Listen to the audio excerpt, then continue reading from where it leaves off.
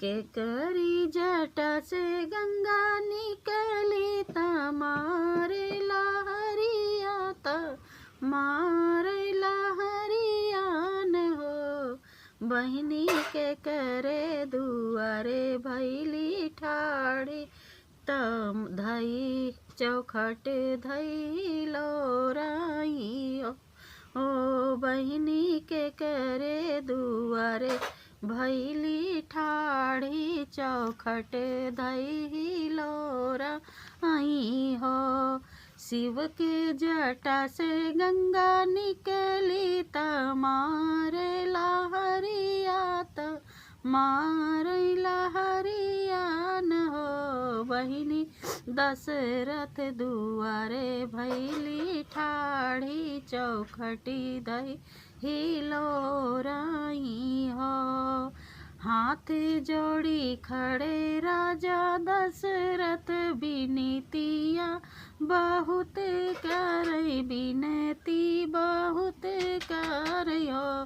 मैया लैले त्यू चटके चुनरिया चौखट हमरी छोड़ो चौखट हमरी छोड़ाऊ हो। मैया लैले त्यू चटकी चुनरी पियरिया चौखट हमरी छोड़ाऊ हो। नहीं ले चटकी चुनरिया यौरौच पियरिया यौरो पियरिया हो। राजा नहीं छोड़बई चौखट तोहार लौटी नहीं जाबई हो। राजा नहीं छोड़बई चौखट तोहार लौटी नहीं जाबई हो। इतनी बचन संशय इतनी बचन सुने राजा इतनी बचन सुने राजा मन ही मन संशय मन ही मन संशय हो। गंगा जवने मगन तू ही मंगब्यू हई हम देबई हई हम देबई हो। मैया जवान मगन तू ही मंगब्यू हई हम देबई हई हम देबई हो। मन ही मन मुस्कानी गंगा मन ही मन मुस्कानी मैया गंगा राजा जी से बोलाई राजा जी से बोलाई हो।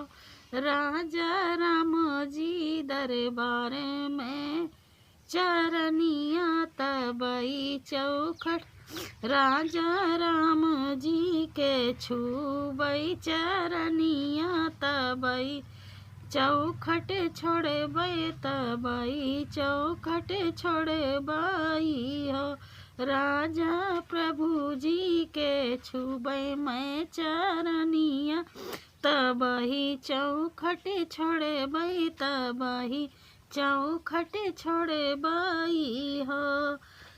धनी धनी भागे तोहराई राजा जी हो। धनी हो कौशल्या माई धनी हो कौशल्या माई हो। राजा धनी धनी भाग हमारे दरस हम पाएनी हो।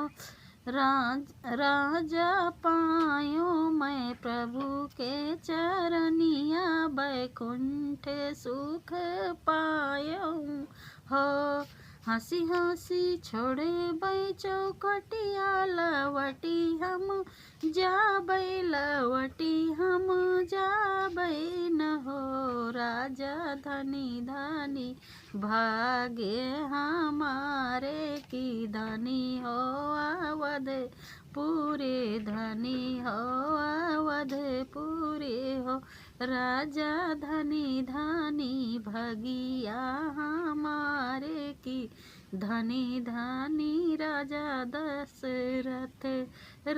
धनी धनी भगिया हमारे की, धनी धन्य हो कौशल्या रानी। राजा धनी धनी भगिया हमारे की, धनी धनी मोरे राम जी हो।